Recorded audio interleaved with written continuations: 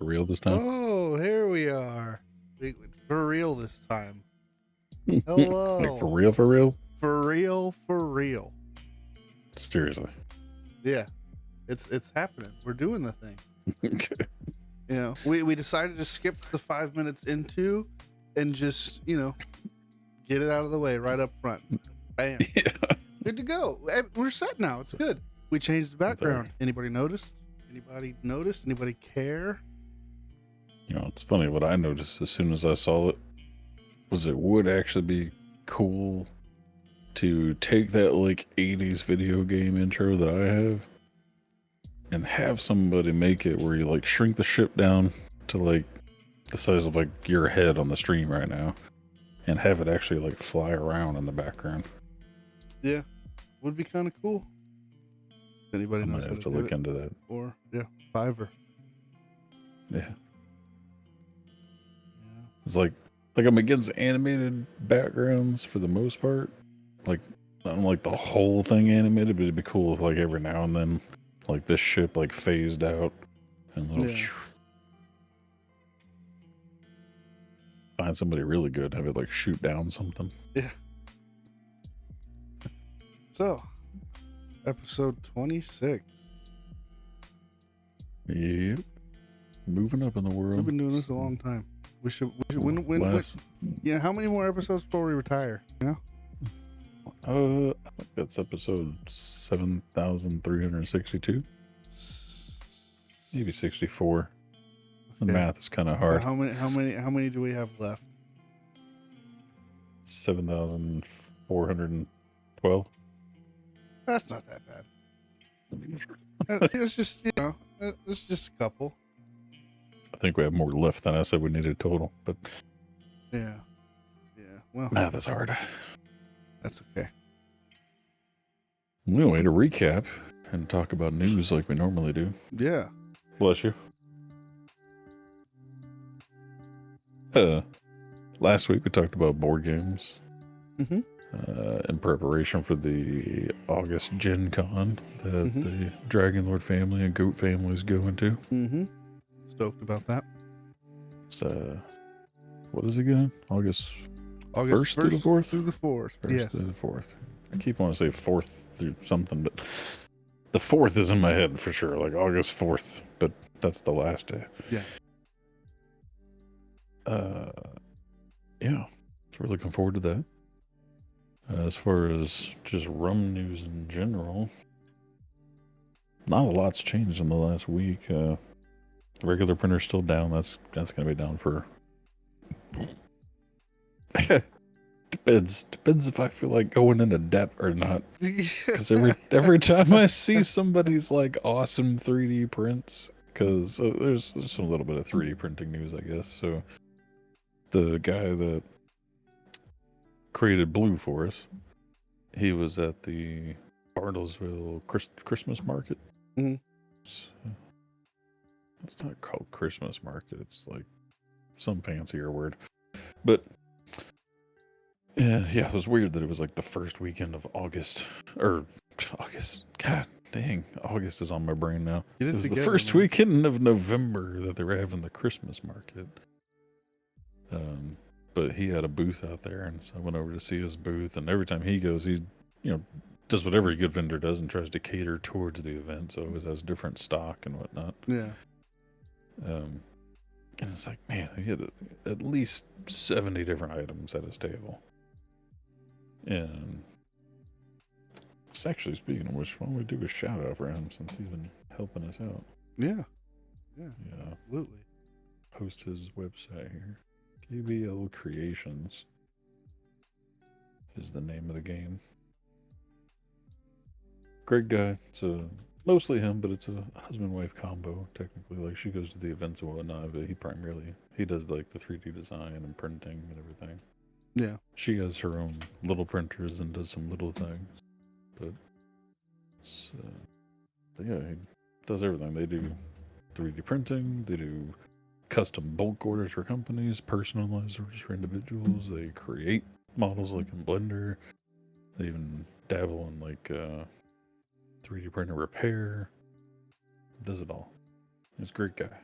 hard. One of those people that, remember how we talked about the ladder conversation of how tall is your ladder? Yeah. This guy's ladder is 1,000 feet or 1,000 steps tall, and he is trying to run up that ladder. And like, man, that dude tells me all the ideas and things he has for like not just 3D printing, but he has all these like side ideas and stuff. And like, God dang, dude, I'm just like clocking in my 40 hours, clocking out and playing some video games, and you're just fucking hauling ass down the highway. And I'm on the feeder road. Yeah. But he's also like, he's like your age though, so he's, still younger, trying to Yeah. just do everything. I definitely understand that. There are a lot So- of guys my age doing a lot more with their lives than I am. if you go back to that battery holder right there, the battery magazine, Yeah. that was the first thing he designed and printed. It's a functional AA and AAA battery magazine. That's pretty sick. That's when he got his first printer, like bought it off of his uncle or something, and he designed that and started making them, and everybody liked them so much that he decided to go into business. And now he has like 24 FDM printers, like 8 resin printers, just non-stop printing.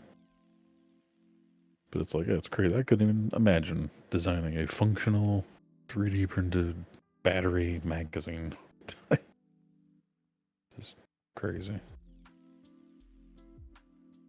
But yeah, so he was at the Christmas market, and like I said, he just has That's ton. cool. I might have to buy from this guy.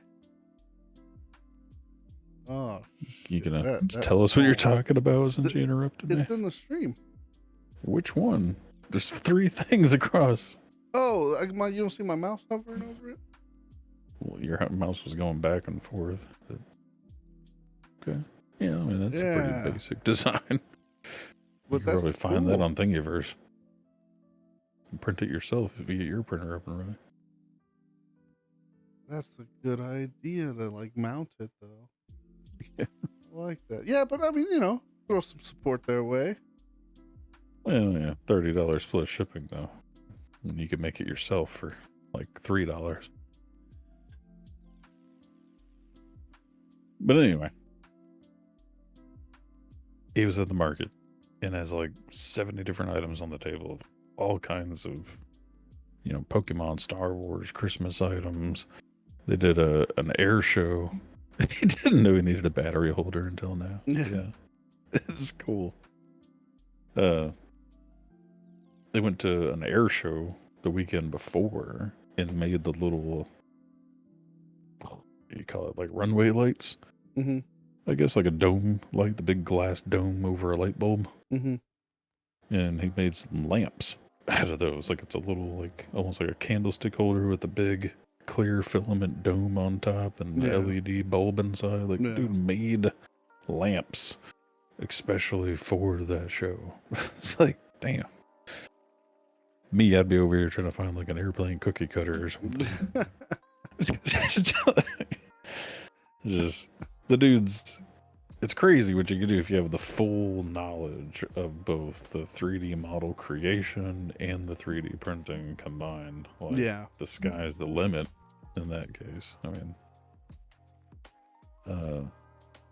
but because of that, he uses the bamboo printers like exclusively now.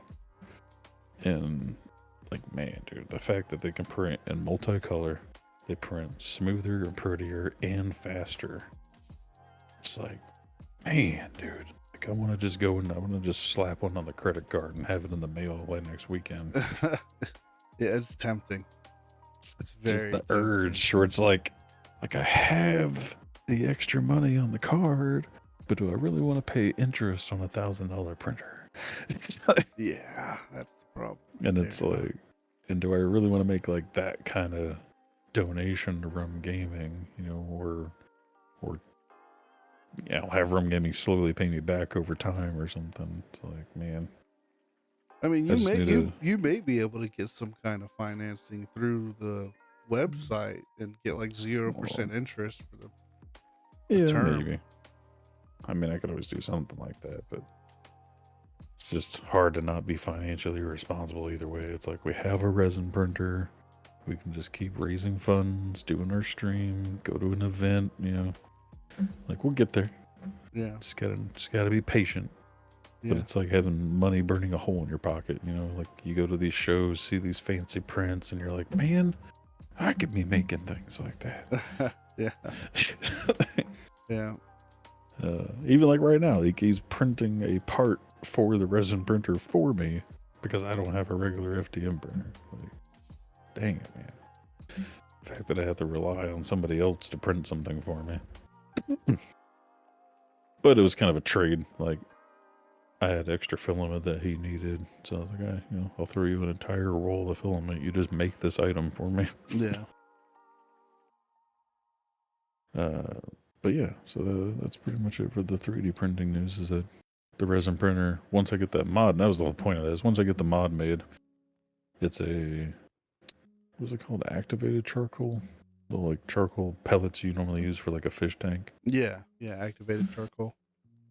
Yeah, it's 2 canisters because there's a, if you see the printer behind me on the left and right of the white tank, there's fans that blow the air from inside of there out, and it just has like a bullshit little HEPA filter that only blocks out like some of the smell.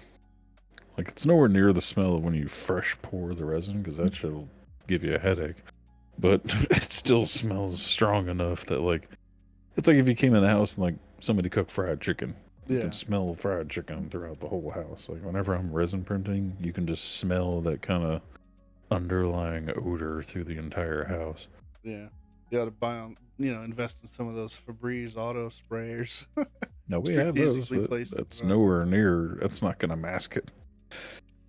But these canisters, they're like the size of like a Coke can, and it sits on top of each of those fans, and you put the activated charcoal bags inside of there. And so the air has to get funneled through the activated charcoal and through the filter. And according to the guy that designed it, he like said it practically eliminates the smell. So because we both work in the office that the printer's in for 8 hours a day, and I game in here for another like 40 hours a week, I'm like, it's not healthy to be constantly breathing in resin fumes. Yeah, have you considered putting it in the garage, or is the temperatures just too much? Well, the temperatures, the dirt, dust, just way too much going on in my garage to ever put either printer in my garage. Yeah. I mean, with me working on that truck, I'm thinking at any given moment, there's a cloud of dust in the air. Yeah. I'm thinking about doing my dice making stuff in the garage. That way I can run the compressor and not be loud as shit, you know, in the house. Yeah. Well, at least your case, you know, once you put it like in the mold, you can just cover it up and let it cure inside of an enclosed environment. Well, no, I mean, once I put it in the mold, it goes into the pressure pot and it stays under pressure until it's completely cured. Well, even still, I'm saying like there's nowhere for dust to get in there. So. Yeah. Whereas mine, every time I take that lid off, I don't want dust getting into the resin. You know, just blow the fucking the lid off and see the cloud of dust float away with it. Yeah. But yeah, that's pretty sure that's all the like 3D printing RUM-Gaming news. You know, we're just trying to take it easy, raise funds. We're still fully operational for giving out the veteran prints for anybody that wants them, and as well as taking. You know, we also take personal orders, but we do charge, you know, minimal fee for the printing and shipping. But, you know, we're willing to print anything on the resin printer. The sky is the limit on that thing. Go as detailed or non-detailed as you want. Yep. Comes hard as a rock. Like you could chunk it down the hallway and it's not going to break.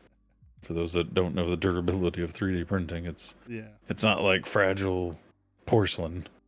Like, you know, with the exception of, like, obviously, if I made, like, the Game of Thrones chair and chunked it down the hallway, you might lose a couple sword tips or something. But, you know, for your basic objects. Like if I were to make like the huntress mask, like no, I could chunk that shit against the wall and nothing would happen to it. Yeah. But that's kind of the same with anything. No matter, I mean, even if you made it out of fucking metal, if you had 100 blade tips on a chair, you're probably gonna lose one. Yeah. I have some news for the podcast next week. We're not going to be having an episode next week for Thanksgiving and things Why? like Just that. Well, but it's because only Thanksgiving Eve. yes, but that evening, as soon as I get off of work and as soon as Shelby gets home, we're packing up the car and we're driving to Louisiana. Nah, I think you should just wait till Thursday morning. So we will Drive through not- the night after the stream. Yeah, no, not going to happen. Stream your drive. Yeah. Get a GoPro on the dash. Yeah. No, RUM-Gaming on the move. Listen, if I got a GoPro Pro, I'm strapping it to the hood of the car. What do you mean? Outside, baby. Excuse me. I see people do that, like streaming their drives and stuff. But it's like they'd probably be uneventful as shit. Well, I mean, Driving. it'd be interesting as hell while we were in Houston, but as soon as we get out of Houston, it'd be boring. Yeah, just straight highway drive. Yeah. Because it depends on what your topics are. Yeah. Have the talk show between you and Shelby on the drive. There you go. Yeah. What is that, like a 6-hour drive? What? To Louis? No, No. it's a little Shit, longer. no. That's not even going to be. That's going to be like 3 or 4 hours, dude. It won't be nothing. Actually, I could It pull was it up right longer now. to get to Biloxi. We're not going to Biloxi. Oh, wait. We're going Biloxi's to not even in Louisiana. Louisiana. Jeez. I had in my head until I was saying it out loud And- that Biloxi was in Louisiana. Yeah, no. Biloxi's in Mississippi, my guy. Yeah. Definitely takes longer to get to Biloxi. I still remember one time during like one of my leaves or something. Pretty sure. I don't remember. But we drove from Houston to Biloxi to Bartlesville to back to Houston. Like all in 1 week. Okay, yeah. So to where we're going, it's it's about 5 hours. But that's not Give or take some pit stops. that's not too bad. We might stop in Lake Charles on the way out and hit up maybe hit up the Golden Nugget Casino or something. Go play craps or something. Well, everybody's still welcome to come by on Wednesday. I might just change my Thursday stream to Wednesday. Play some games on Wednesday night. Yeah.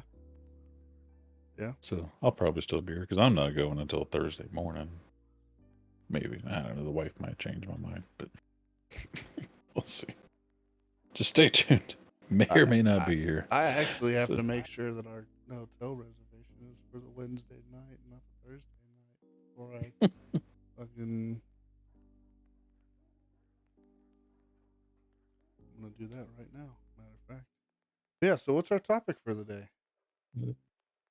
Yeah, so that wraps up, last week's stream, 3D printing news, RUM. Well, we didn't really talk about RUM news other than, we're still ready to print, still in full operation, just resin printing only. So it's your chance to get something fancy instead of something basic.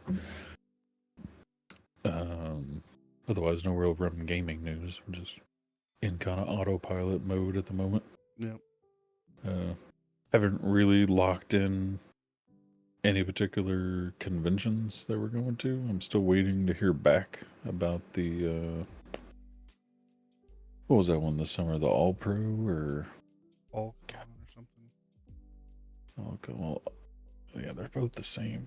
God, all three of them are the same. And every time we talked about this, I can't remember because it was like Fan Festival, All Con, and then Gen Con. no. Oh, There's another one. Because there's the one that I went to in October. There's the one coming up in March, and then there's one this summer. I'm trying to look at our sent folder here. PC Vampire All-Con. Was it All-Con? I think it was All Con. I thought All-Con was... Okay. There's Dallas Fan Festival. Yeah, I don't know what the other one is now. Con 2024. Well, let's look it up. Jeez. I gotta tell you, man. I told a couple of other people in my D&D group about Gen Con, and they said they were gonna consider coming out and hanging with us. Obviously, they would find their own lounge, lodging and whatnot, but it'll be cool because one of them has I don't know how into D&D you are, but there's a group called Critical Role. Yeah, I've heard of it. Yeah. Well, one of the people in my D&D group actually knows Matt Mercer personally, has his phone number and everything like that. So if they're there, there's a good chance I might get to meet him if they, and so that it could be really, really cool. It could end up really cool. If they don't make it, I'm stoked either way, because I went through and combed through the vendor list, the exhibitor list that they've got up. I'm so excited. Yeah. I'm so excited. I'm gonna spend so much money. You gotta make sure you save enough money. Yeah, I gotta save a lot of money because one of the vendors I've been waiting for, a con, like to be at one of the cons, is gonna be there. So the other one's Fan Expo, and I don't know. I might be mistaken, but I swore that I filled out the form or an email to him. Maybe it was like a form. I don't know. But yeah, it's called Fan Expo. And that's the one that's in June. So yeah, apparently I'm getting them all confused and I never even sent these people an email. So yeah, so Fan Expo in Dallas is June 7th to June 9th. Oh, that's why, because we were debating about whether we wanted to go to DreamHack or Fan Expo. And I don't think we ever finalized a decision. So, yeah, so that's still up in the air as far as RUM-Gaming, which convention we're going to go to. Got to decide whether we're going to try and go to DreamHack or go to Fan Expo.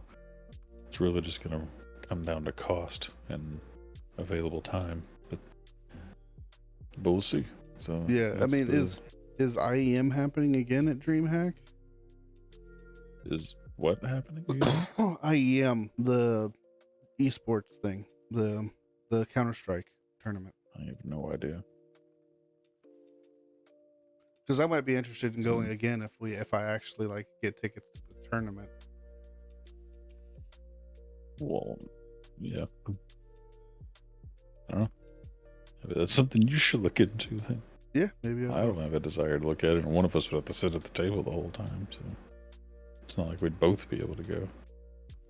Oh, you were talking about for a booth. Oh, shit. Yeah. Oh. I'm not talking about attending. I'm talking about RUM-Gaming having a booth so we can raise funds. That would be, yeah, I feel like DreamHack would be expensive. They're both. I mean, they're all expensive. It's just a matter of which weekend we want to go. So DreamHack is May 31st through June 2nd, and Fan Expo is basically the next weekend after that, June 7th. But isn't your trip right around June 7th or something? Yeah. It's gonna be this year's gonna be rough for our vacation time because we're going to Indy for that. Yeah, but like we've talked about with these events, all you got to do is come for the Saturday and Sunday. Well, yeah, but gotta make sacrifices for the organization, sir. Yeah, no, that's a long fucking drive, and I hate it. It's so painful. Oh, Christ, 4 hours. Anyway. So anyway, that's potentially in the books. Either DreamHack or Fan Expo. We'll have to crunch the numbers and look at the calendars and figure out which one we can possibly do and which one RUM can afford. Because, like he was just saying, they're all kind of expensive. Just depends. They range anywhere between $200 and $600 just to have a table. So We shall see. As far as the topic for tonight, we wanted to talk about, uh, like, well, not really major, but big life decisions that we all make as either individuals or couples. More so the couple aspect. Some of them, can pertain to both. But I feel like as a married couple or as a family, even once you have kids, you know, these decisions get harder and harder because you have to take, everybody's needs into account. Mm-hmm. But I mean, I guess technically the first one you would make is while you're single, is when should you or shouldn't you get married? And that one, in my opinion, has a wide range of answers. Yeah. Because it depends on whether it's your first marriage, how old you are, what your financial aspects are, what your future dreams are. Like, so many things so many things should go through your mind before making that decision. Yeah. Put it that way. Some people, you're like, did y'all think at all? Or did you just think, this is the thing to do? We're going to get married. Yeah, this should be fun. Yeah. And that's kind of the problem, honestly. We have a guest. We have a guest. Say hello. Next to you, or? Yeah, Mike. Oh. Okay. Thinking that somebody we were going to ask the question to. No. So, and just the marriage thing might take up a good chunk of this conversation.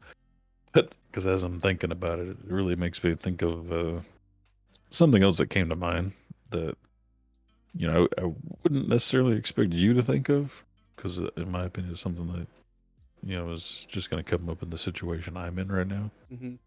So, Grace, my daughter, for those that don't know, Grace, started high school this year. She turned 15 this year. And she plans on going to the Air Force when she graduates. And the kind of interesting thought that came to my mind was like, you really only get like 4 years to become an adult. Yeah. Like, you really don't start trying to act more adult-like, getting your first job, getting a car, having more responsibility, dating, and all of that, until you're, generally a freshman in high school. Some a little earlier, some a little later. But that's like the pretty solid rule of thumb. Yeah. It's like, once you start your freshman year, you're on this like fast as fuck track of 4 years to all of a sudden change from a kid to an adult potentially living on your own. Yep. It is such a crazy concept to think about. Yeah, but everybody has to go through it, and everybody has. Well, yes. The problem with that, though, is we're leading with like the marriage question, because also in that 4-year period, you're learning about relationships. You're deciding whether you want to get married, have kids, get a job, move out, move in, like all these. You have so many like the point of this discussion, like life-changing decisions to make, like the moment you turn 18. Yeah. It's like, congratulations, you're 18. Are you getting married? Are you moving out? Are you getting a job? Are you joining the military? Are you getting a home? Are you renting? Are you getting a car? Are you going to college? Like, god damn, I just graduated high school. Yeah. And it's, when we're mentioned, some people are like, did you even think about it? Did you just get married just to get married? And it's like, some of them, that probably is the case. They're just like, well, we're 18, we're still dating. All right, I guess we're getting married. Because that's what grown-ups do. Yeah. We get married. And it's like, no. It's the same thing. Like, you're almost like, I don't want to say brainwashed, but part of it's the natural cycle of life. You become an adult, you reproduce. So as far as like making a decision to have a baby, that's kind of part of nature. You become of age, fertile and what have you. Yeah. And you start wanting to reproduce. That's part of nature. But deciding to get married and go into debt and go to college and get a home loan, like those are all like societal pressures. Yeah. That you're almost brainwashed into thinking, well, I'm turning 18. I should be getting married soon. I should be having a kid soon. I should be moving out of my parents' house and get my own Well, I house. mean, And we could jump to a little tangent here, and I feel like there really is like an optimal time to have kids. You know, I think, if you want to well, be young enough to, do things with your children when they're, in their, late teens, early 20s, maybe even into their 30s, there's an optimal time, to have kids if you want to, ensure that you're around and healthy enough to enjoy their moments in life. yeah, there's the age aspect that comes into mind, which is yeah part of the further discussion. But as far as just getting married, though, so back to that one.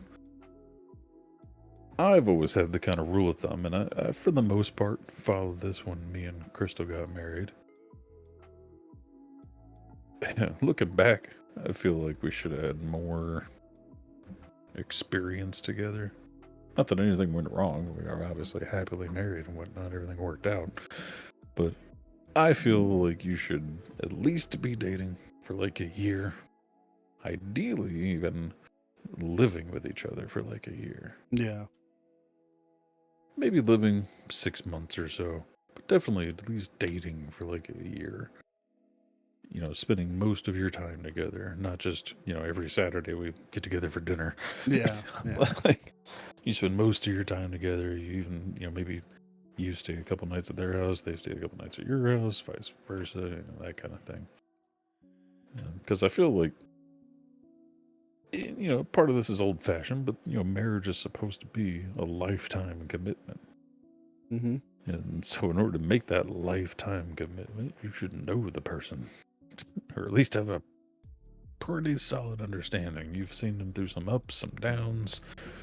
You know, you've been with them long enough for them to fully get relaxed around you and see who they really are. All those Yeah. kinds of factors, and that's where I think a lot of people rush into it. They think, well, in that first 3 months, when everybody's putting on the show and they're not letting their guard down and all that, like, you're the happiest couple in the fucking world for the Yeah. first 3 months. Yeah. Yeah. Anybody And if can be a you, nice, happy couple in public, you know? well, I'm talking about even behind closed doors. I'm saying, you're going out of your way to never do anything wrong.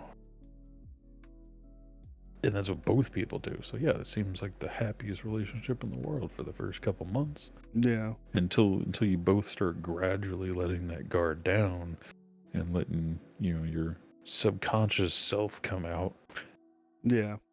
And then you start really learning. Like once you learn somebody's subconscious, like that's when you know whether you can tolerate that person for the rest of your life. Yeah. And that's where I feel like one, even though me and Chris are kind of the exception, you're not really learning each other during your high school years. No. Like you could have been dating your entire senior year. It doesn't mean you graduate and go get married. Like, yeah. because you're not really learning each other. You don't really learn each other until you start struggling. Yeah. When you're arguing over who's gonna fucking cook dinner tonight, or who's doing the most laundry around the house, or who's picking up after who, or I you know, feel like I kind of got lucky in that aspect because I've known Shelby since elementary school. We went to elementary school together. We did not go to junior high together, and then we reconnected again in high school. On day one, I still remember it as vivid. As day one, she found me, and we dated on and off through high school. We were friends, not friends, spoke, didn't speak, the whole thing. And then I shipped off to the Navy. We still talked from time to time. There was big long stretches where we didn't. And then when my mom passed, I remember she was one of the people that came out to San Antonio to help me, like, pack her apartment up and everything like that and take it all back to storage. Um, and that was when I kind of knew. I was like, yeah. I hadn't spoken to her. It had to have been months before. I can't remember if she called me or I called her for some reason. At the airport when I found out, and that same, the next day or that weekend, she was out there, and that was cool. That meant a lot, and that's what kind of confirmed it, because like, in my mind, I thought, I was thinking about it. It's like, I've dated plenty of different people. I've quote unquote fallen in love and had my heart broken, on multiple different occasions. And no matter what, through all of that, she was always there, And so to me, I didn't feel like I needed to live with her, to know who she was. Yeah, but y'all also both watched each other develop over the Yeah. years and whatnot. And being friends, you typically don't have those same guards up when you're dating. Yeah. So, that attributes to it as well. Like, you already slowly learned who each other were without all the bullshit. Yeah. I mean, I think ultimately we both just kind of subconsciously knew that throughout school we were better friends than we were a couple. But not, once we had both like matured, and gotten all that shit out of our system, we were a much better couple. And now, I mean, obviously we're she is my best friend by an absolute long shot. And she also just so happens to be my wife, which is cool. So me and Crystal had, sort of a similar catalyst, but it was just much shorter time period. We didn't meet until halfway through my senior year, which was halfway through her sophomore year.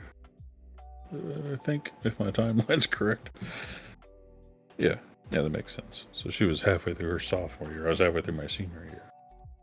And we got together on accident. It was supposed to be a double date. It ended up being just us two showed up. And we were both the third wheels, in a sense. Like, we weren't in the two main people that were supposed to be going on the date. Yeah. We were the friends of the two going on the date. Yeah. So our first date was an accident. It ended up just sticking together. And then, while she was going through her last 2 years of high school, I was going to, my senior summer, I went to AIT. So I went to the military school training. Yeah. And then I came back, and I was, in a retarded standpoint, like, living with one of Garrett's friends and his uncle while working at McDonald's until midnight every night. Like, I would only see her like on the weekends, or unless I had the weekday off. It's like I'd only see her, a couple times a week. Yeah. And that was for like 6 months, and then January, or basically around our like anniversary of dating, like 1 year into dating, I got deployed, and she stuck around and was faithful and understanding everything. Like, this was a junior in high school, completely understanding of me going through a deployment. Yeah. And then that was my catalyst, where I'm like, man, if you were 17 years old and handling this like a pro, and I can trust you through all of this, then I'm pretty sure I can trust you the rest of my life. Yeah, I can trust you through anything, Granted, in hindsight, I'm like, well, she was a fucking kid in high school just doing school shit. It's not like, there was a lot of other pressures in life. Yeah. It's like, yeah, it's not like, other than stressing about whether I was alive or not. I mean, but still. In hindsight, I feel like maybe we still kind of rushed things, because I came back and I moved up here to Oklahoma, and I tried to do odds and end jobs, ended up living in my car for like 4 months. Like, I was living in my car all the way up to 2 weeks prior to our wedding day. Yeah. Like, that was, you know, my dedication to her, which is, I feel, what made the catalyst for her. You know, like, I stuck through all this, lived in my car for her just to stay here near her. Yeah. And then, you know, ended up getting married while she was still in high school, like March of her senior year when we got married. But then the real catalyst was us going to Germany right after that. So she graduated high school. I went to Germany in March, like the week after we got married. I went to Germany for active duty. And then she graduated and came up there with me. We spent the next 3 years in Germany alone. No parents or friends to run off to when you get mad. Like, Yeah. kind of forced to deal with each other for 3 years. And Yeah. I think that was what made up for us, you know, not having that living in time together prior to the marriage. Like, we were forced to get through those living in together experiences. Yeah. Yeah. So we're a little ass backwards from what I'm recommending everybody to do. But not everybody's gonna have that situation.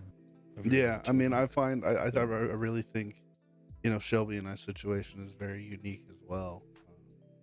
You know, Yeah. not many people get to, you know, marry the person they literally grew up with. You know. Yeah, I mean, even if it was off and on, but yeah, I mean, the typical situation we're talking about though is like, I met somebody today and started dating him. When should I marry him? Yeah. You know, from that standpoint, I still stand with like 1 year of dating and at least 6 months of living together. And then at that point, if it seems like somebody you can tolerate for the rest of your life, then by all means. You know? Yeah. And I say that like it sounds fucked up to say that's somebody you can tolerate, but that's really what it is. Yeah. You can say love and cherish and hold and it's my best friend and all that. No, it's, do you want to stab this person on a regular basis or not? Yeah. And if And the it's like, answer is no, well, no, if the answer is if you do, can you resist that temptation every single day? well, And is it worth it to resist Look, that as I said, temptation on a regular every day? basis. On a regular basis? Occasionally, you have that thought, and as long as you can resist it, you're good. Yeah. Uh, No, I yeah. mean, it's, yeah, I mean, fully transparent. We get on each other's fucking nerves all the time. But, Oh yeah. you know, it's just, that's part of the deal. You know, we never go to bed upset with each other. That's a promise that's a promise that we made to each other when we started this whole shebang for realsies. Well, we do because we have totally different bedtimes. But Yeah. I mean, when one's going to bed at 9, the other one's going to bed at midnight. I mean, No, I mean we do too, but I still try my absolute hardest to not let that happen. Yeah, I mean, I try, but I'm not going to like keep you up just to. I mean, if you're pissed off and it's your bedtime, well, sorry, yes, you're going to be pissed off at me while you go to bed. Yeah. But yeah, so the next hurdle though is when to have kids, and that one has a lot of factors. You know, 'cause you've said recently, you know, you want to have this ideal financial standpoint. Yeah. You know, but then at the same time, it's like, well, when we were talking about the financial discussions, like technically, it really depends on what your, I want to say quality of life for you and the kid is. But I'm like, I look at our situation. We started off like poor as fuck and just made our way through it. We never let that hurt the child. Like Grace always had, you know, new clean clothes and always had good food and always had everything she needed for school and always had a birthday party and Christmas presents and birthday presents. You know, she always had everything she needed. Yeah. It just meant that I wasn't having everything I needed. Yeah. Like, so the financial stability, I really just depends on, you know, how much you're willing to sacrifice. I mean, well, you know, yeah, if you're like barely feeding yourselves, then you probably shouldn't be having a kid. Yeah. But it's, I feel like as long as you're paying your bills and you're eating like normal people, then in my opinion, that's all the money you need if you want a kid.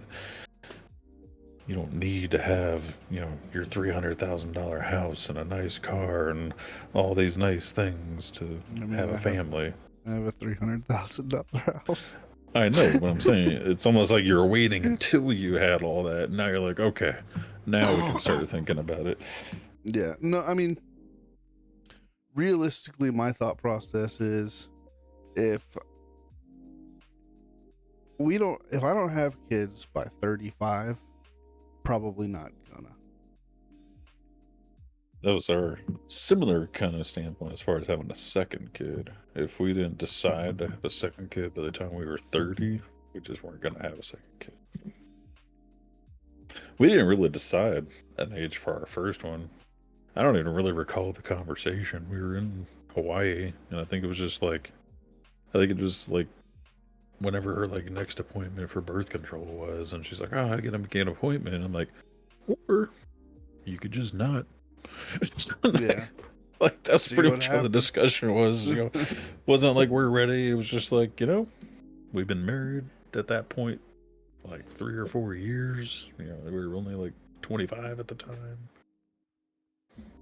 This is like, hey, you want to just not get that subscription or prescription? Not subscription. Not the same thing. Yeah, I don't know. I mean, honestly, just even talking about it gives me fucking massive anxiety. Like, I really don't like talking about it. I don't like hearing about it.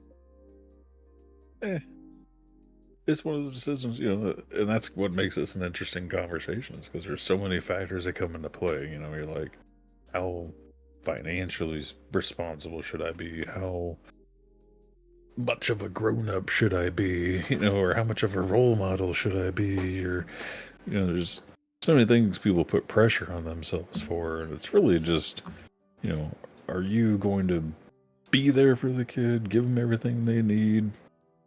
To me, a good parent is just being supportive and trying to give them the things that, perhaps you didn't, or, I mean, not really you didn't or did, just as long as your kid's fucking happy and you're fucking happy, that's all that fucking matters. Yeah.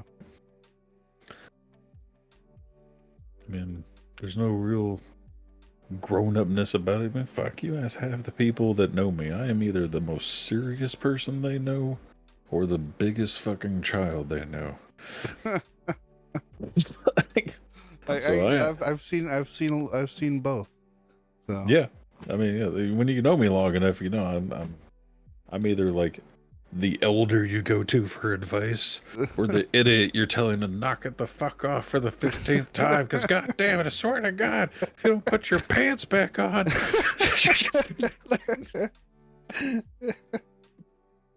It happens, dude. For those of you who may not know, we've been playing Ark for the past, I would say week or so. Just checking out the new Ark V2. And that's how I am with Goat a lot of times, because he's got ADHD like I do. He's got Ushiny disease, so we'll be out to okay, we're gonna go get some wood, and it turns into another extra hour of well, let's go tame this real quick, and grab those drops, and we're right next to the cave. Let's go run the cave too. And it's like, god damn it, we came here to get fucking wood.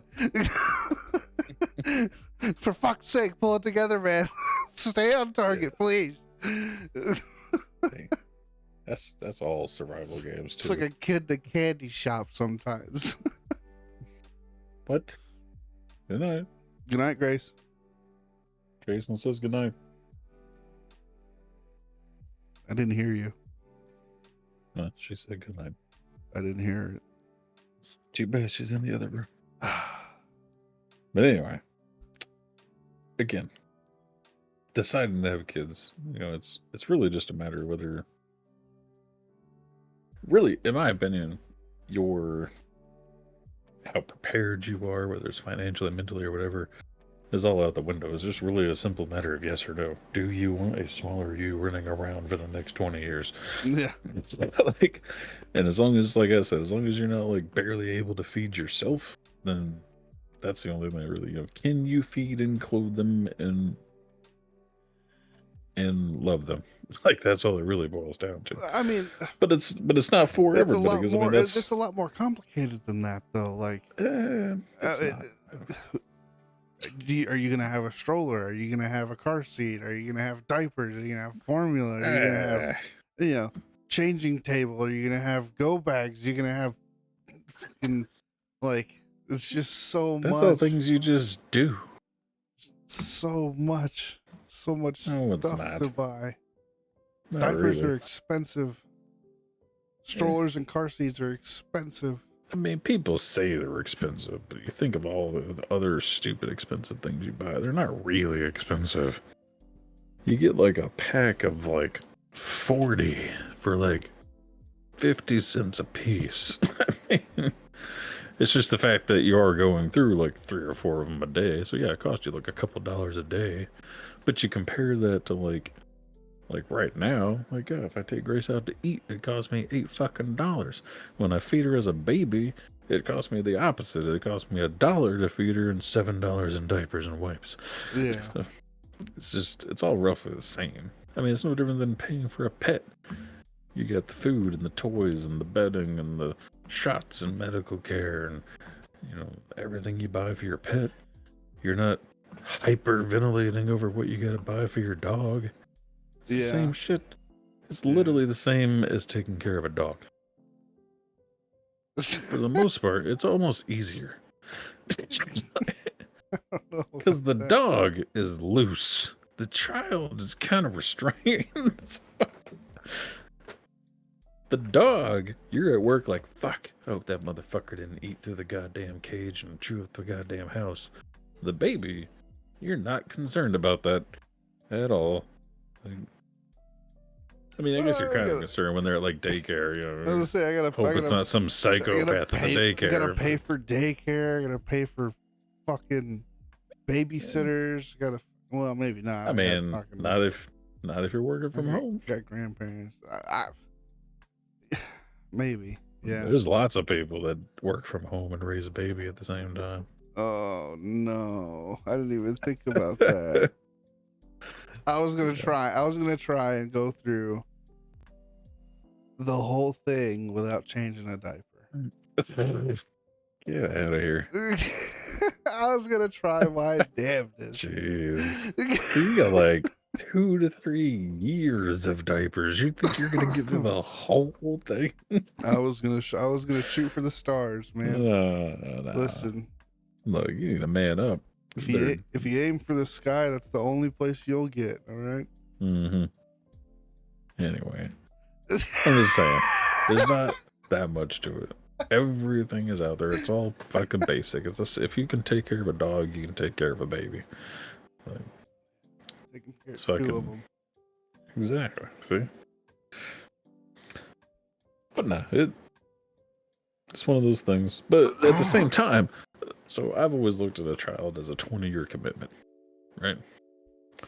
If you look at it as both financial and personal responsibility as like a pet owner kind of situation. So it's like, man, when it came down to like, do we want to have a second kid? That's why I set that marker at 30. I'm like, no. I don't want to be 50 and older and still be taking care of a child. Yeah. So I was like, if we don't have a second kid by the time we're 30, pass. It's because like you were saying, because the next thing comes in as far as when, the should you part, that's really just a personal decision. I mean, in my opinion, no money or how good am I to take care of myself, that kind of stuff, it's really out the window. If you can take care of a dog, you can take care of a baby. If you can afford a dog, you can afford a baby. That's where that comes. It's really just a matter, same as when you decide whether to get a dog. Do you want a dog? Go get a dog. Do you want a baby? Have a baby. That's all it really comes down to. The difference is the 20-year commitment part. And then that's where, you're like, do I want another 20-year commitment and another 20-year and another 20-year? And then you talk about, same as like owning. Now, let me backtrack on this for those listening that have dogs that don't treat their pets like me and Jason do.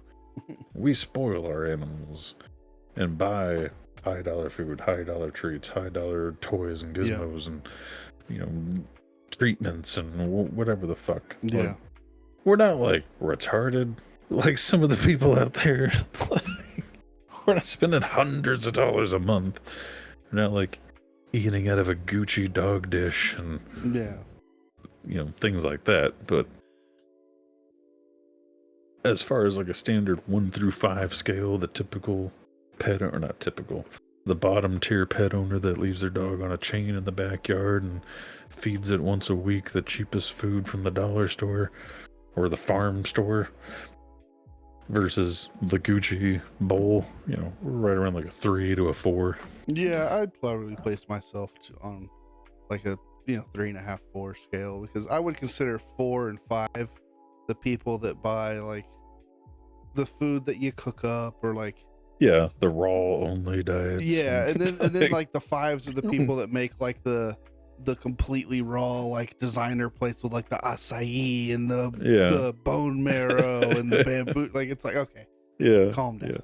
Like, dog's eating better than most humans out right. there. It's like that's a you could put that plate in front of a 5-star chef and he'd eat it. Like, yeah. So to put that in perspective, that's why I say if you can afford a pet like me and Dragon take care of pets, then you can afford a baby. I just want to make sure we're clear on that, because if you were having your dog on a chain feeding it farm store food, you probably can't afford a baby. Yeah. All right. So if you're a 3 out of 5 star pet owner, you can afford a baby. And that same aspect, in my opinion, comes into mind when I'm talking about whether you should have more than one child. Can you afford a second 3-star pet and a third 3-star pet and a fourth 3-star pet? Yeah. Like, when you take care of pets the way we take care of, you're like, there's only so many of those pets I can handle. I'm not having a fucking a house of 7 cats because I'd go broke. Yeah. Right? Yeah.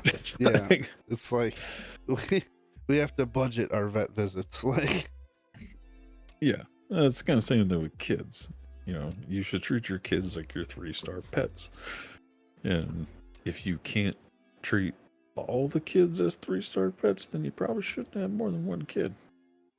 Granted, every situation's different. You know, if, you know, one parent is making 6 figures a year and the other one's a stay-at-home parent, and they can handle, you know, raising all 4 kids, cooking all the home meals and all that shit, and, you know, shit, you probably can handle 4 kids. Yeah. Me, though? No, that was our decision making, where we're like, one, I don't want to be 50 plus going to a high school graduation. Yeah. And I don't want to be 90 having grandkids still. Yeah. And then the financial standpoint was, I want all my kids to be like my 3-star pets. And after the first, you know, several years with Grace, it was like, man, like maintaining a 3-star child is pretty costly. And I don't think I want to afford a second one. Not that I couldn't, but it would make our lifestyle a lot lesser. You know, that'd be less exaggerated,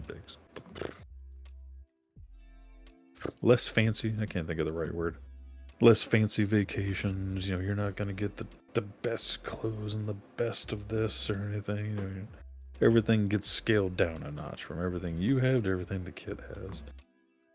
And it was just, you know, we looked at it like, I'd rather keep living this lifestyle with one kid. And, you know, that's where we decided, you know, 10 years ago now, was, you know, this is it. You know, we hit 30, we've passed that cap. We're not both all of a sudden making 6 figures a year. Yeah. So, and that's where we settled at. And when I think about the people that have like 4 or 5 kids, I'm just like, God bless, man. I just couldn't do it. I couldn't imagine, like in your situation, I couldn't imagine having 4 or 5 3-star dogs in my house. Yeah. Like, oh, it just sounds like a lot of work and a lot of money. You imagine trying to wear out 5 fucking dogs your size before bed? Yeah. cleaning up, like if those 5 got into it and started making a mess, your whole couch would be gone.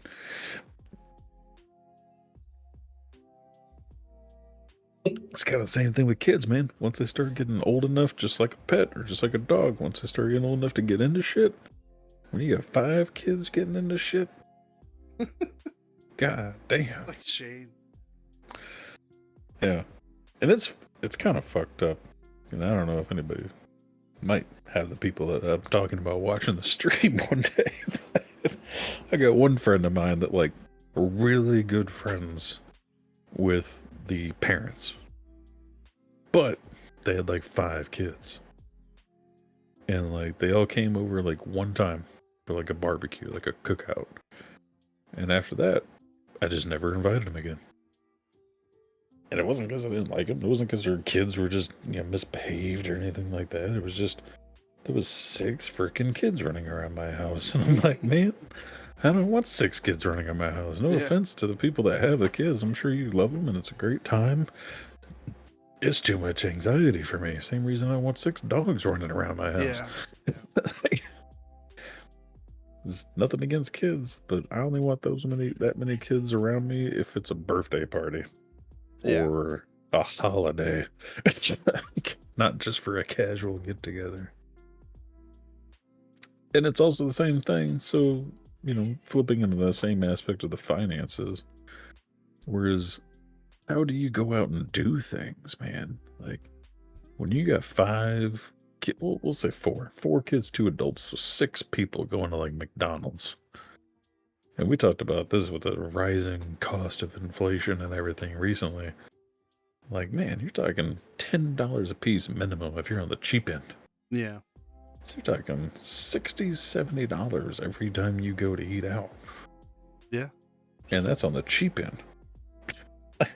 You go to a sit-down restaurant, talking $15 a person. You're putting a $100 bill every time you go to a restaurant. Yeah.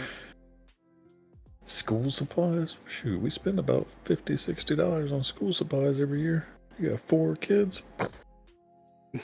Man, should just start skyrocketing, man. That's 4 birthday parties, 4 sets of Christmas presents, 4 sets of shoes, man. You know how expensive shoes are getting nowadays? Oh yeah. Even if you get them off of Amazon and get the generic, you know, no special tees, you know, just generic. What's the main brand of shoes that I wear? Not Nike, but damn, what do they call it? It's like a common brand of shoes, like everybody wears. New Balance. New Balance. You like just plain old white New Balances, like $50 a pop. And kids need new shoes like every year. Yeah. Like, just that budget just starts going through the roof when you got 4 kids. And I just can't even fathom how they do it. Like, that's why I'd love to have like another financial stream with somebody like Shane filling out our report. Yeah. Like, how are you making this happen? Like, you have the same bills I do, but 3 additional kids. Yeah, kind of ran off on the kid one. But what do you think? What's a solid limit on kids? For me? Yeah. 2. Hard limit, 2. So even if you have the financial means of having like 3 and 4 3-star kids? Yes. Even if you and Michelle are both making 6 figures a year? Yes. All right. Why is that? So it's going to sound weird, but 2 kids, it's 4 people. Okay. Nice, easy, even number, right? We go to a theme park. I can ride with one, the wife can ride with the other. Yeah. Right? Yeah. You run into 3 kids, one of those kids is going to get left out. Have to go by themselves. You have 4 kids, that turns into 6 fucking people, and that's too many for me. So, the more simple put, is it? I mean, yeah, the ride scenario or theory is kind of a funny way of looking at it. But I look at it more like splitting the workload evenly, as well as the love and the care and everything. And there's a lot of aspects that go in there. You're talking about just, two people per like ride on the roller coaster. But it's also just easier in a car. I Yeah. don't need a goddamn minivan. Yeah. I could just have an SUV. Four Yeah. people in an SUV, perfect. 4 people in a car, perfect. Yeah. No Exactly. problem. Like 4 people at a dining room table. easy. Or restaurant table, I mean. Yeah. Perfect. 4 people in the living room on the couch. And Yeah. like, 3 on the Right. couch, 1 on the recliner. Boom, perfect.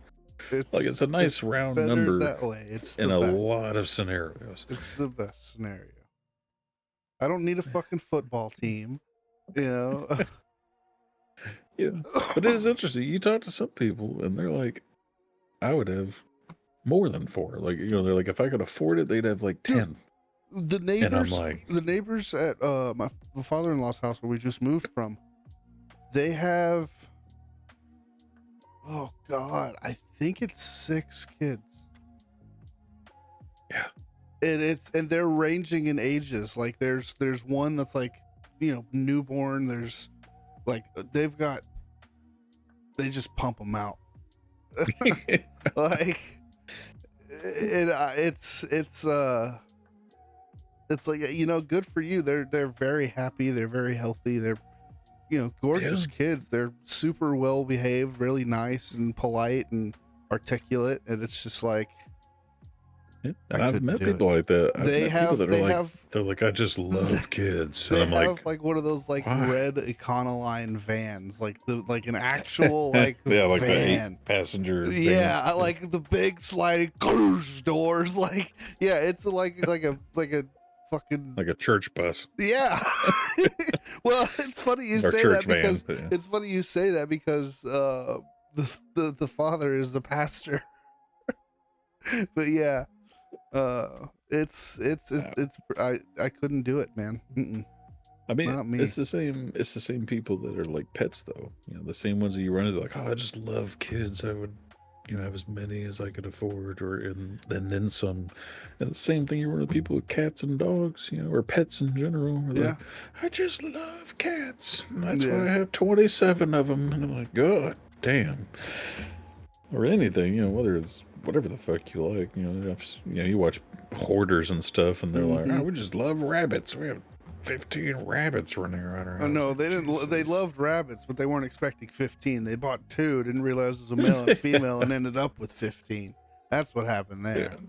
But regardless, though, there's crazy pet people and there's crazy kid people that are like, I would just love kids, and I'm like, Yeah. Okay. Yeah. No, I I look at them the same way as I do the crazy cat lady, where I'm just like, okay, go over here now. Yeah, I don't. I think 2 is the hard stop for me, and damn it if one of them isn't a boy. That's really what I'm banking on. I need one of them to be a boy. It's if funny, the though, first kid is a boy, I tell Shelby all the time, if the first kid is a boy, we're not having a second kid.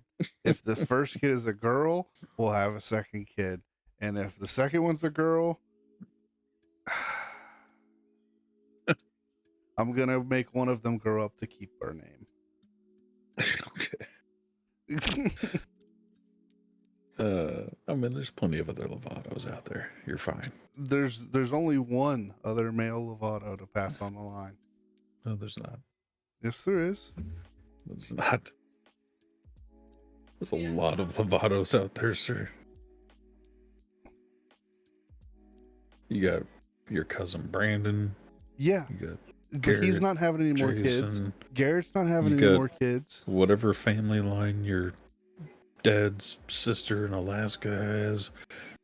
She's not a Lovato. No, yeah, she's not. Yeah. You got the only person that can pass on at this point the Lovato name is Harold, which is Brandon's son. He is the only young Lovato boy other than me that is going to have kids. Garrett is not going to have any kids. Brandon is not having any more kids. That you know of. Or he knows of. Yeah, well. There might be some other ones there. Recap the show.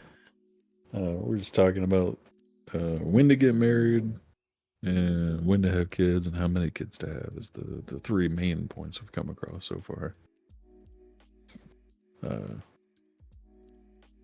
It's funny though that you mentioned two, because at first I was gonna say honestly, if we were making six figures a piece, I feel like three would be an easy number to maintain. Until you mentioned the limit on like roller coaster Yeah, seats, and it you started don't making want me to think have an about, odd number, man. You don't want to well, have an odd number. that part is kind of silly or one off. I mean, but then I started applying it to everything else. I'm like, man, well, the car, the restaurant, you know, I can't think of anything else, but just little things like that where it's like, I mean, yeah, I'd be able to financially support three, but two would just be so much easier on everything, as far as sharing the workload, as far as fitting all the standard requirements in life, like your dining room table, your couch, your car, the restaurants, the roller coaster, the splitting up homework at the end of the day. It's in my mind. In my mind, it's either 4 or 6. Like if you have 3 kids, you're a fucking. 5 kids, you're a monster. Even numbers. Keeping it. Hang on, you gotta keep an account the whole like twins, triplets kind of scenario. Well, maybe you had your first one, like you said, it was a girl. You want to try for a boy, and then your second one was twins. Well, shit. Then what? Well, the thing is that runs in my family, and it typically skips a generation. And it was my mom was supposed to have twins, and she didn't. So it's kind of on me. Nonsense. No, twins running in the family. That is scientific. That is, but yeah, that is the thing. I'm saying that it's like your turn is just because they were in the family. It could skip twice. It could skip 3 times. I mean, it's true. It's true. There's no real true math behind it. But yeah, I'm just saying, like, if you had a single and then a twin, are you gonna try again and then hope you don't get twins again? I mean, you're just gonna keep trying to give an even number. I don't think it makes you an asshole if you had 3, if one was twins. Yeah. But, no, if we found out it was twins, I might push her down the stairs or something. Well, anyway. That's fucked up. I would not do that. Just disclaimer. FBI, don't come banging on my door, Jesus. Okay. You come do a dance for the stream? Night, Grace. How are we going to get viewers? It might. Good night.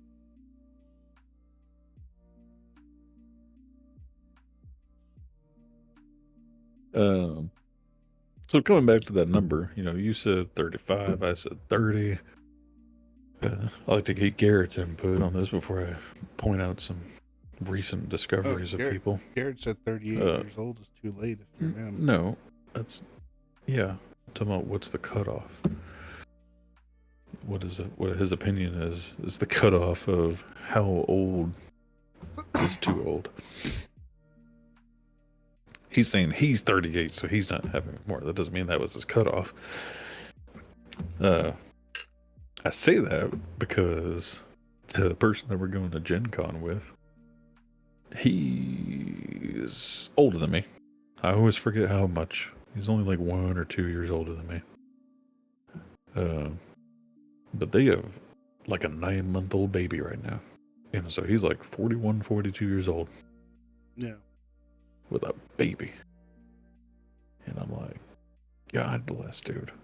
You're going to be like 61 by the time that kid moves out or graduates or whatever. Or 60 when he graduates and like 62 when they move out. And I'm like, man, that means like you'll be, in theory, you're going to be like 65 years old with your first grandkid. And you're not going to see your grandkid graduate until you're like fucking 90. Yeah, I mean, but I'm kind of banking on, just being in the generation that I am, that we'll see some significant medical advancements in my lifetime that will extend Well, yeah, but you said 35. lifespans. There's a difference between 35 and 42. I Well, mean, yeah. just saying, Oh, yeah. 7 years is a huge difference. And like Dirt says 34, just crazy to think, because I've seen worse too. There was like a guy at DSR that was like, 50 to mid 50s with a newborn. Yeah. I'm like, oh my God, dude, like you're going to be literally old enough to be a great grandpa by the time your kid graduates high school. Yeah. And I'm like, that's part of the good reason why I got a vasectomy like this past year. I'm just like, nah, I ain't Don't taking wanna any take that chances. chance. Yeah. Like, shoot. I mean, I don't know. I like losing my mom as young as I did really made me want to be around, I mean, and obviously nothing against my mom, but it's like, it sucks that she's, not around to, see me buy my first house, to see me, make it through my, my time in the Navy, to see me, well, no, actually, no, she did see me graduate. Well, she saw me graduate boot camp. She didn't see me finish out the Navy, but Well, yeah. Just these, she wasn't able to make it to my wedding, and so yeah. All the milestones in life. it's instilled something in me to, like, I want to make sure that I'm around for that, because I know what it feels like to have a parent that's not, and that sucks. But in a sense, I mean, you can't really make. That's why you should have a cutoff at some point. But not saying people at 50 should still be pumping out babies. But I feel like, even though I still don't agree with my buddy that just had a baby at age like 40, like, I feel like 40 is probably a more reasonable cutoff. Yeah. Because like you said, nowadays, we're a little bit more long living, a little bit more technology in the world. Like, I feel like you could be 60 and be, seeing your kid graduate and get married just fine. You might not be around for the grandkid milestones, but yeah.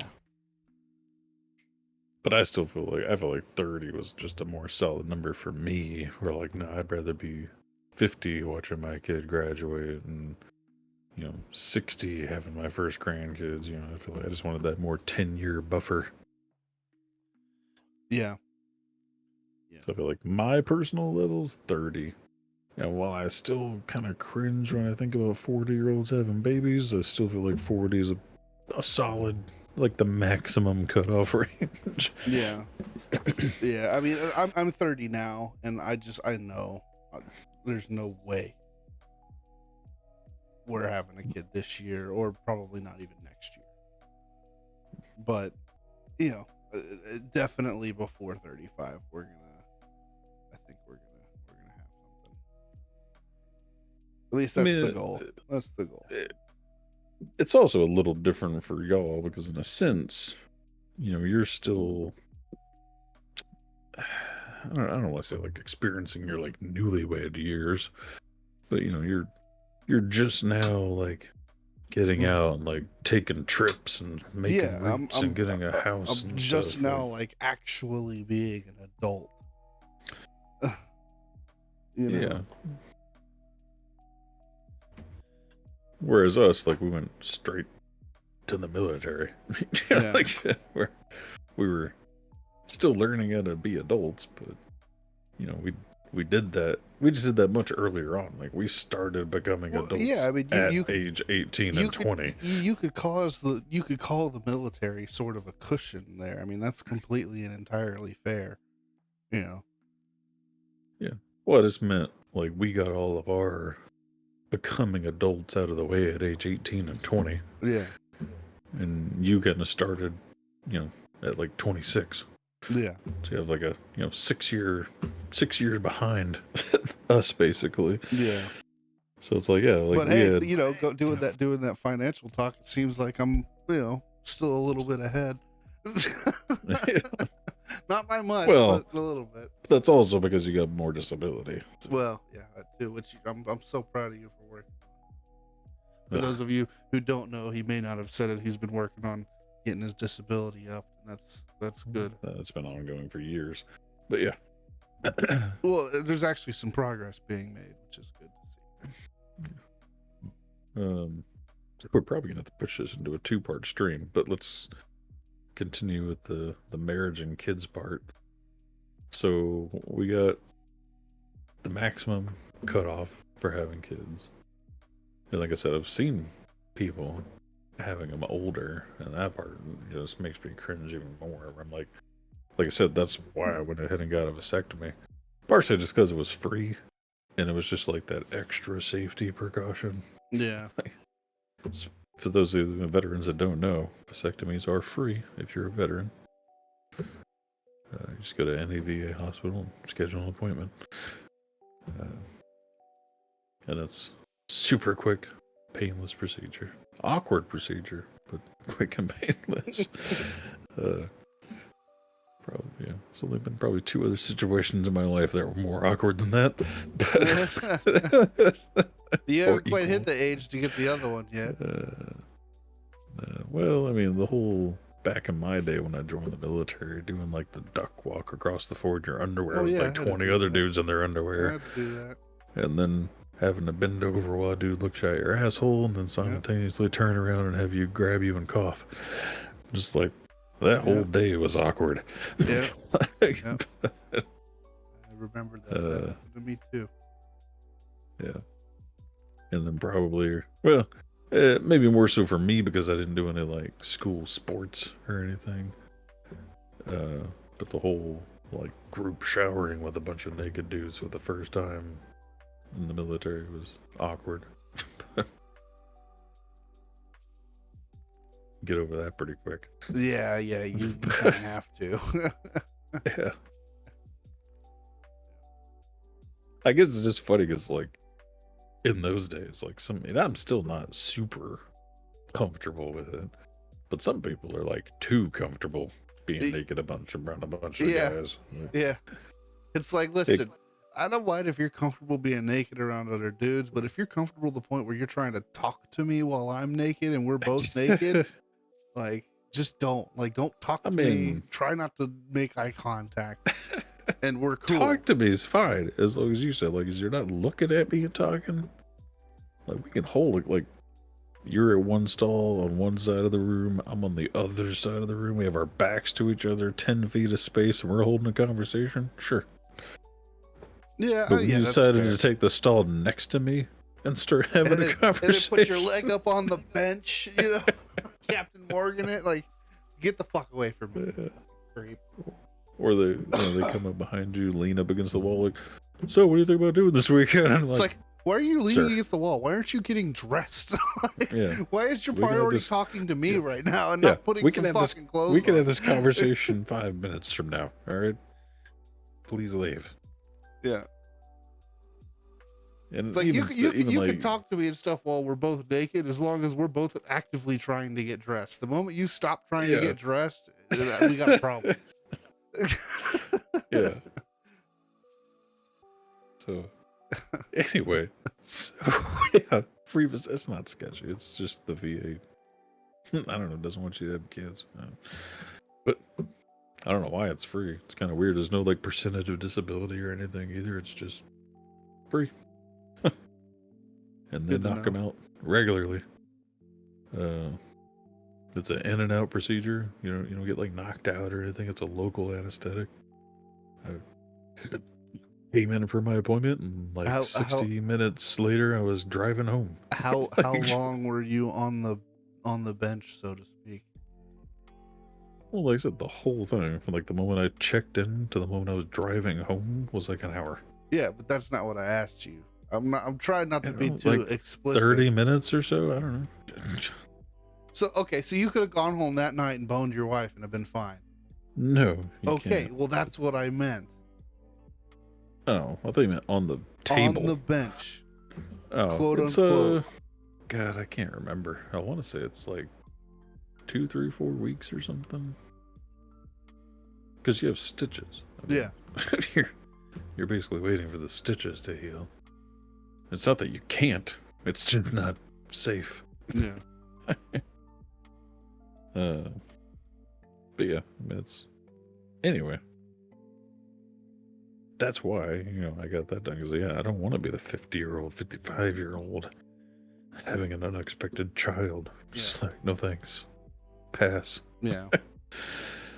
But yeah. So what was the other main topic? I feel like the next one's gonna put us over. So just kind of recap on. Well, I mean, yeah, we got 2 minutes left. So Gert's fantasies over here. Yeah. I know you agree with Garrett's statement. What, eye contact is the best bet when you're with another naked guy? Oh yeah, as long as you look me in just the eyes and that's it.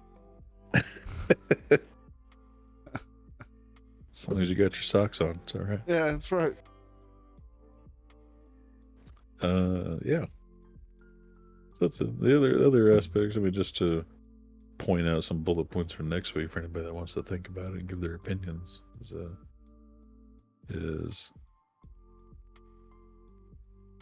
That one's probably a little harder to say, but we'll say what would or when, not when, fuck, remarrying. So depending on the situation, say your wife was a cheating whore and you got divorced, when would you get remarried? Would you get remarried? What would you look out for the next one? Or, if your wife was hit by a car today, when would it be? I want to know what would the differences be between you've have this distrust issues and just mourning the loss.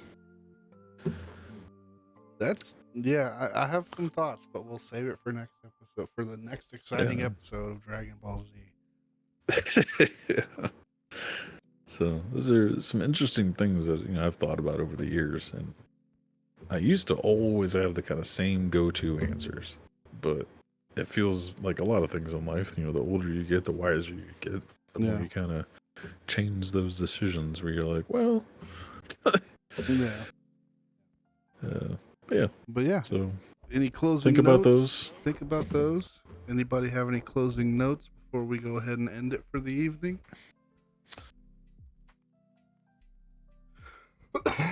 Yeah, get my dad on the stream.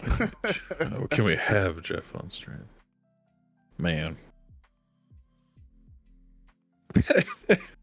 I don't know if he would want to talk about it, but he would be an interesting person to learn some of those factors, because I've never dove deep and asked him. Yeah, that might be. We all just know it happened. I might drop him a phone call, see if he's interested.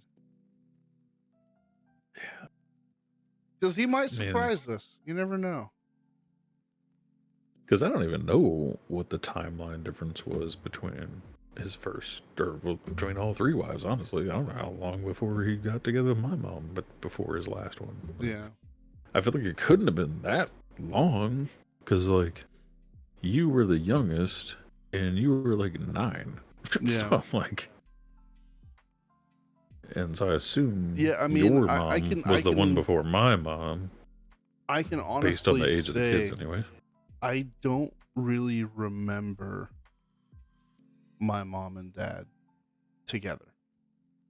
I don't have memory. Yeah, why would you? You were 9. Yeah. Or younger. Yeah. Like I said, you were 9 when I met you. And that was 1 year into them being together. Yeah. So, yeah, I mean, I wouldn't expect you to remember it, but I don't know how long of a gap there was either. So, I don't know. It'd be interesting, if anything. Even if he just wants to, answer some... If he doesn't want to be live, see if maybe he's willing to just answer some questions. Yeah. voice our opinions on it. Yeah. Because I would be curious. I would like to just know how much of a gap there was between Garrett's mom, your mom, and my mom. Yeah. Yeah. Because I've never asked that question. It's Yeah. never come up or Well, anything. I have no idea. give him a phone call. I'll give him one. You should give him one too. That way, if we're both asking, maybe he'll actually Well, consider it. What's the age difference between you and Taryn? She's a year older than me. Just a year? Mm-hmm. Dang. Now I'm really curious. Because that means, in theory, man, I don't even know. Like, when is her birthday? Like, what month? Oh shit! Put me on the fucking spot here. Live? Wait, you don't have that same list I do? No. Thought I sent it to you. I have everybody's birthday on a list on my phone right here. I should, but I don't. I can send it to you after this. Here we go. Taryn is August. Okay, yeah, so almost 92 and 93. Yeah, so almost just like 1 year and 2 months. Like, how did that even work? So she was born in August, and then like 4 months later, you started. Mm-hmm.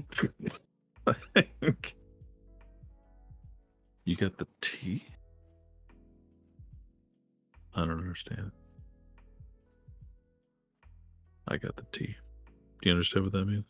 Maybe you meant text? I don't know. No, he's got the information. He's got the juice. He's got the. Oh. He's got the. Okay. You know, spill the beans, spill the tea. You kids and your lingo. He's got the tea. Yeah, that's another interesting factor there. Yeah, yeah. We should both give him a call.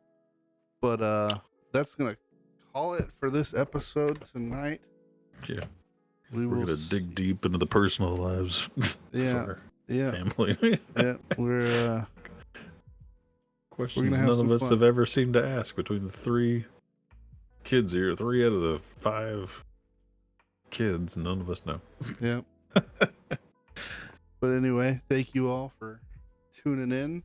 You know the deal. Subscribe to the YouTube. Check us out on social media. Come hang out with us in Discord. Use your free Bezos bucks to give us a Prime subscription if you haven't already. That always helps. All of the money goes towards the nonprofit, as you know. Good night, Gert. It's always fun, especially when you're around. And we'll see you next week. Especially when we keep eye contact. That's right. Good night.